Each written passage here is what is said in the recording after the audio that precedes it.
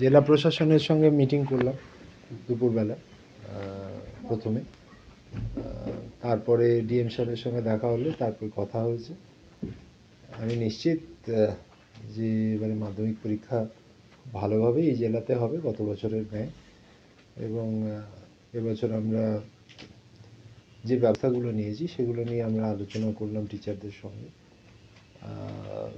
Centre secretary officer ইনচার্জদের সঙ্গে। এই আলোচনার মধ্যে দিয়ে যেটা হয় সেটা হচ্ছে আমাদের অভিজ্ঞতা এবং তাদের অভিজ্ঞতা আমরা একে অপরের সঙ্গে ভাগ করে নিই। আমাদের বাচ্চারাই তো মূল লক্ষ্য, তাদেরকে ভালো একটা পরিবেশের মধ্যে পরীক্ষা নেওয়া কীভাবে যায় সেটাই আমাদের মূল লক্ষ্য। এবং এই লক্ষ্যে আমরা সবাই কাজ করছি এবং সেই কাজ করতে গিয়ে বিভিন্ন অভিজ্ঞতার মধ্যে দিয়ে যাচ্ছি। যেরকম ধরুন আশঙ্কা আজকে হচ্ছে, আমাকে যে মিটিংয়ে বললেন যে এই বাচ্চাদের আমরা ফ্রিস্কিং করছি না, পরীক্ষা ক্যান্সেল হচ্ছে ইয়ে নিয়ে, মোবাইল নিয়ে ধরা পড়লে। স্যার এটা আমরা তো এদের জন্য যদি মেশিন লাগাতে পারি, যেটা দিয়ে মেটাল ডিটেক্টর দিয়ে ইত্যাদি, দুটো জায়গা। সেটা হচ্ছে বাচ্চাদেরকে আমরা এমন একটা পরিবেশ দেবো না যেটা আতঙ্কের হবে বা ভয় লাগবে।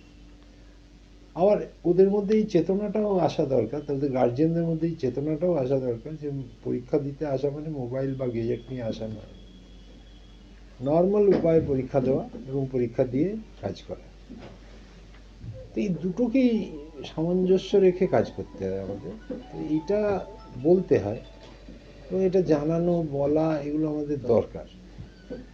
এটা যতক্ষণ না আমরা পারবো করতে, ততক্ষণ কিন্তু এই সচেতনতাটা যতক্ষণ গার্জেন এবং বাচ্চাদের মধ্যে পৌঁছবে না, ততক্ষণ আপনি মেটাল ডিটেক্টর লাগান আর কামান দাগুন, কিছুতেই কিছু হবে। তো এই জায়গাগুলোর মধ্যে দিয়ে আমরা যেটা চেষ্টা করছি, এটা পরিষ্কার পরিচ্ছন্ন পরীক্ষা। ধরুন এবারে আমাদের প্রায় 10,000 স্টুডেন্ট বেশি হয়তো হবে, পরীক্ষা দেবে গত বছরের তুলনায়।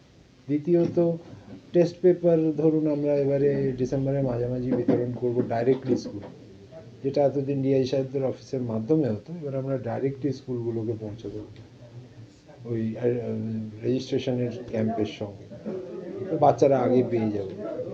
তো এই সম্পূর্ণ ব্যবস্থাটাকে আমরা কতটা সুঠাম করব, কতটা অর্গানাইজড করব, এফিশিয়েন্ট করব, এটা নিয়েই আলোচনা। এই আলোচনার মধ্যে দিয়েই আমাদের মানে প্রস্তুতি আর কি। গত বছর একটা ঘটনাও এরকম ঘটেনি। এটাই তো আমাদের কাছে বিশাল বড় পাওয়া, যে মুর্শিদাবাদ জেলা স্পেসিফিক্যালি এবং পশ্চিমবঙ্গের সব জায়গায় কিন্তু এরকম কোনো ঘটনাই ঘটেনি যে যেখানে ওই ছবি বের করে কুৎসা করা। এবং যে টুকতে মোবাইল নিয়ে আসে সে নিশ্চয়ই সোশ্যাল মিডিয়ায় ছবি পোস্ট করে। যে সোশ্যাল মিডিয়ায় ছবি পোস্ট করে তার উদ্দেশ্য পরীক্ষা দেওয়া নয়। না, আমার বক্তব্য হচ্ছে যার এইরকম প্রবণতা যে সোশ্যাল মিডিয়ায় ছবি পাঠাবো বলে আমি পরীক্ষা দিতে এসেছি, তার পরীক্ষা না দিলেও চলবে। সেই জন্যই খুব নির্দ্বিধায় এইসব ঘটনাকে আমি ক্যান্সেল করার দিকে এগিয়েছি, এই সিদ্ধান্ত নিয়েছি এবং বোর্ড সেটাকে সাপোর্ট করেছে। না, কিছু কিছু ক্ষেত্রে এরকম অভিযোগ আসে যে কিছু স্পেসিফিক ক্যান্ডিডেটকে আলাদাভাবে এন্টারটেনমেন্ট করা হয় পরীক্ষা কেন্দ্রে। এই ধরনের অভিযোগ সেই কিন্তু আসে জন্যই আমরা মুর্শিদাবাদে। পরীক্ষা কেন্দ্রগুলোকে ধরুন 2023 থেকে আমরা সিসিটিভির আওতায় নিয়ে এসেছি। সেই জন্যই আমরা পরীক্ষা কেন্দ্রগুলোতে অ্যাডিশনাল ভেন্যু সুপারভাইজার দিয়েছি, যে যাতে এই জায়গাগুলোকে আর কোনোভাবেই কোনো অভিযোগের জায়গা যাতে না থাকে। কারণ ডাইরেক্টলি ধরুন প্রতিটা কেন্দ্রে আমাদের নিজস্ব প্রতিনিধি থাকে, অ্যাডিশনাল ভেন্যু সুপারভাইজার, তার হাতে একটা এলিক্সা ম্যাপ আছে। এই ধরনের ঘটনা ঘটলে আমাদের কাছে রিপোর্ট হবে। দেখুন অমূলক কিছু মানে যেটা মানে এভিডেন্স নেই, এরকম ঘটনার কথা শুনে আমি আমার আমার পক্ষে কিছু করা সম্ভব। কিন্তু এই ধরনের ঘটনা যখন আমার কাছে এভিডেন্স আছে, নিশ্চয়ই পদক্ষেপ হবে, এটা কোনো ইয়ে নেই। তবে আমি এরকম শুনিনি আর কি। মানে এরকম ঘটনার কথা আমার কাছে রিপোর্টেড